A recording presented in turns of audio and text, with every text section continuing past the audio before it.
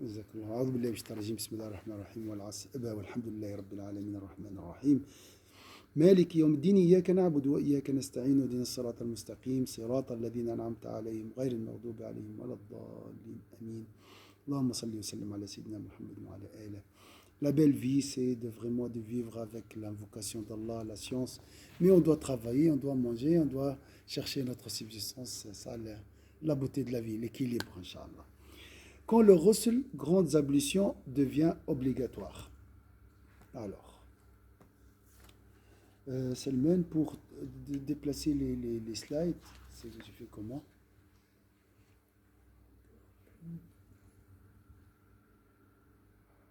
Parce que la flèche comme ça suffit. Alors il faut mettre voilà.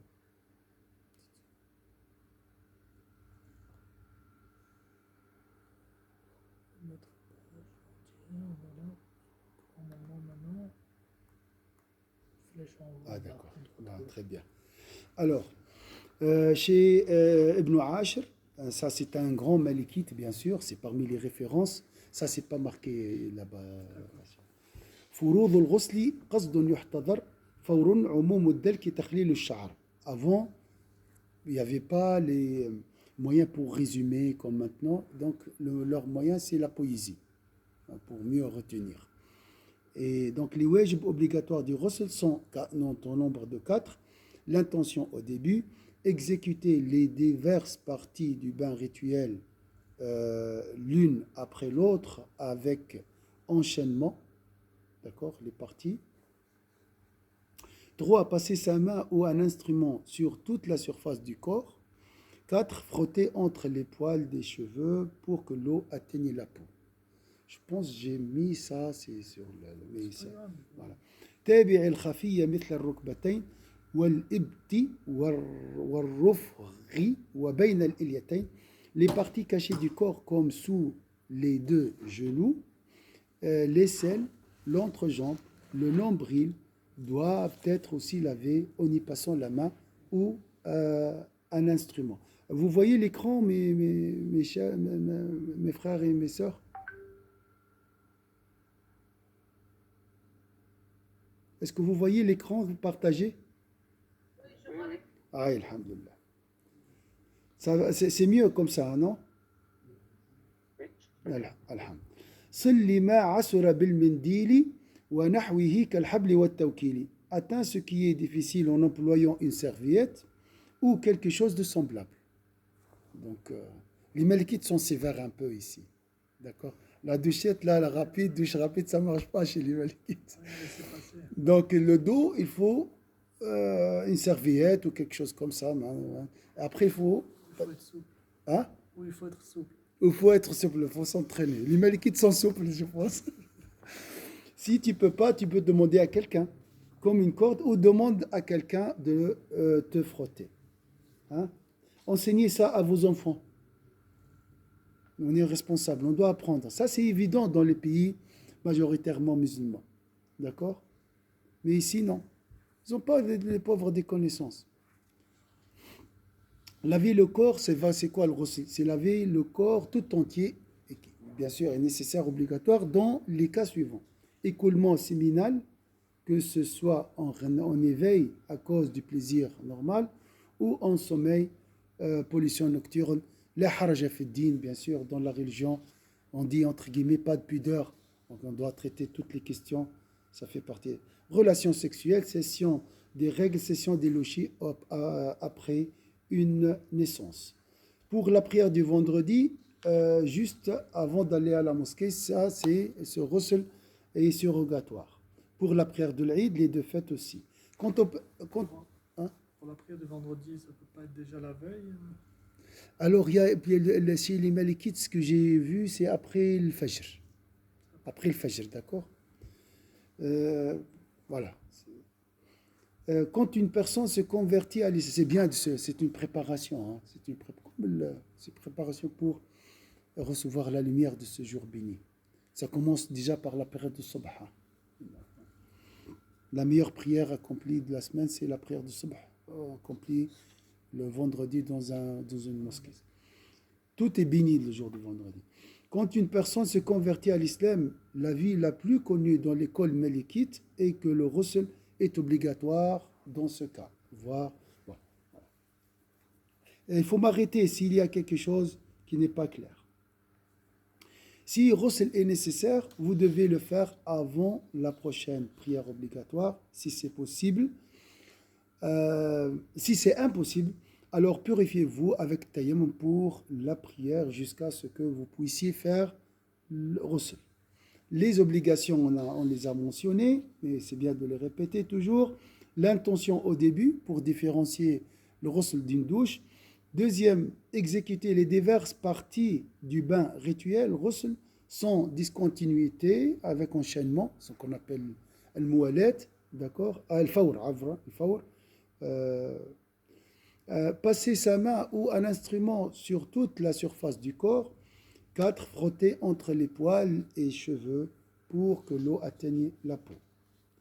Les parties cachées du corps, comme sous les deux genoux, l'aisselle, l'entrejambe, le nombril, doivent être aussi lavées en y passant la main ou un instrument, corde ou serviette ou autre semblable. Alors, là, ça commence de ce qu'on n'a pas vu après le Maghreb.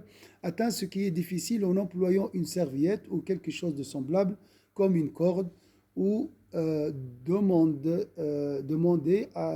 à quelqu'un parmi ceux pour qu'il est licite de voir et toucher les endroits concernés, entre les nombrils et les genoux, s'il s'agit de ses membres, comme ton épouse, bien sûr, ça c'est clair, de te frotter. Sinon, si les endroits concernés ne sont pas entre les nombrils et les jambes, et que cette nudité est couverte, il pourra demander à quiconque de frotter avec l'instrument comme son frère. Le dos, par exemple. Est-ce que c'est clair ici? C'est-à-dire qu'entre les femmes, c'est pareil, elles doivent être couvertes seulement entre le nombril et les genoux. Oui, c'est la nudité des femmes. La façon la plus parfaite de faire le ghusl, se mettre dans un endroit propre, ceci est mandoub, c'est pas obligatoire. C'est une facilité. Hein. Laver les deux mains et enlever les souillures, ça veut dire quoi les souillures? Le sperme, d'accord, le sang, etc. Et mettre l'intention de se débarrasser de la grande impureté ou pour pouvoir accomplir les actes cultuels empêchés par la grande impureté ou d'accomplir l'obligation de lavage rituel.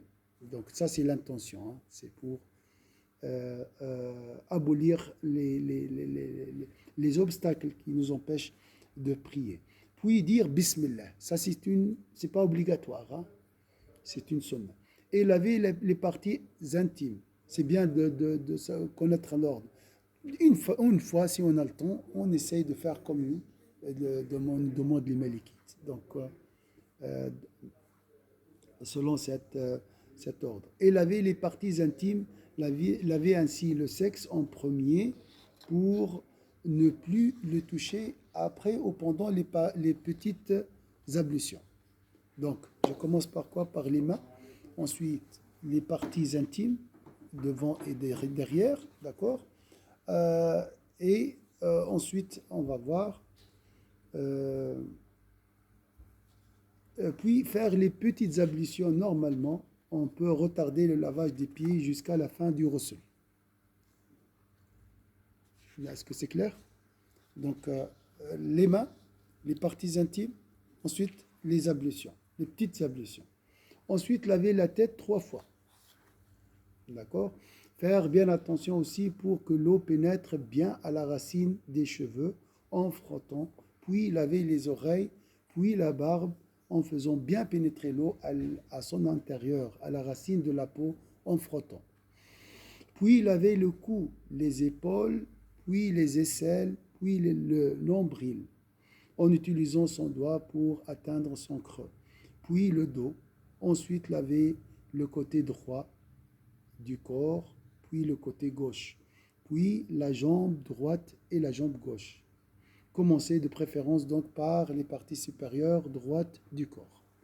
Est-ce que c'est clair? Donc je commence par le haut, devant et le dos. Et ensuite, je commence par je fais la partie droite, la partie gauche, après la partie droite et la partie gauche en bas des jambes.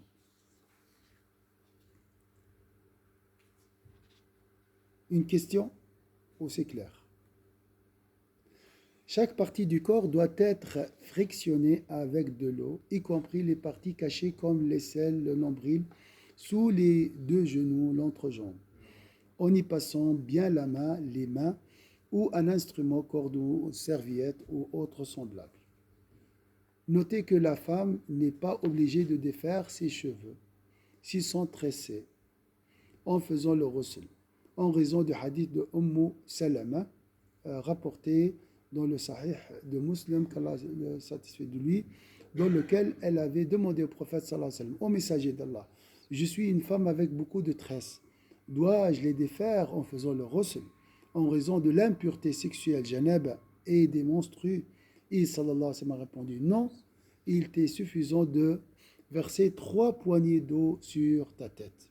Et ceci dans le cas où les tresses n'empêchent pas l'eau de pénétrer à l'intérieur, à la peau. Sinon, le cas contraire, il faudra, je pense, il faudra s'arrêter parce que j'ai pu. Il faudra les défaire. Voilà. Ah, c'est la dernière, c'est juste celle-là. C'est la dernière. La dernière. Alhamdulillah. C'est l'heure aussi, 23 heures. Barakallahu fikum pour cette patience. Regardez cet effort, cet amour pour votre religion. Ça prouve que c'est une religion d'Allah Azza wa Jal. À 7 heures, Masha'Allah, vous avez lu le Coran, vous avez assisté à ce cours. Alhamdulillah. Qu'Allah augmente notre amour envers Allah et envers son messager, Inch'Allah. Donc peut-être avec le temps, Inch'Allah, on va transformer tous les cours à des cours comme ça, de cette manière, c'est plus facile. Parce que lire d'un livre, c'est toujours un peu difficile. Inch'Allah. Ça demande un peu plus de travail. Demandez à Allah pour moi, Inch'Allah, qu'il m'aide, Inch'Allah. Est-ce que vous avez une remarque, même les frères, les sœurs? Est-ce qu'il y a une question? C'est toujours qu'avec de l'eau, on ne peut pas utiliser du savon. Ah non, non, il faut l'eau propre et pure, on dit. Tahirun, tahour, vraiment pure. Il n'est pas mélangé avec une substance pure, propre, pure. D'accord. Si vous voulez, un jour, Inch'Allah, on va voir les eaux, hein, les catégories des eaux. Ça, c'est au début, on le fait toujours. Mais c'est bien de répéter tout ça. Et n'oubliez pas, voilà, vous avez des slides. Vous pouvez les envoyer pour vos enfants, pour vos femmes aussi, par WhatsApp. Je peux vous donner, on ne sait jamais, c'est plus simple. Voilà, c'est facile. Je vais améliorer parce qu'on ne doit pas mettre une grande quantité sur même slide. Il faut que ça soit plus court. شكرا جزيلا سبحان ربك رب العزة عما يصفون وسلام على المرسلين الحمد لله رب العالمين جزاكم الله خيرا إن شاء الله. بارك الله فيك. شكرا بارك الله فيك. السلام عليكم. شكرا وعليكم السلام ورحمة الله وبركاته جزاكم الله خيرا.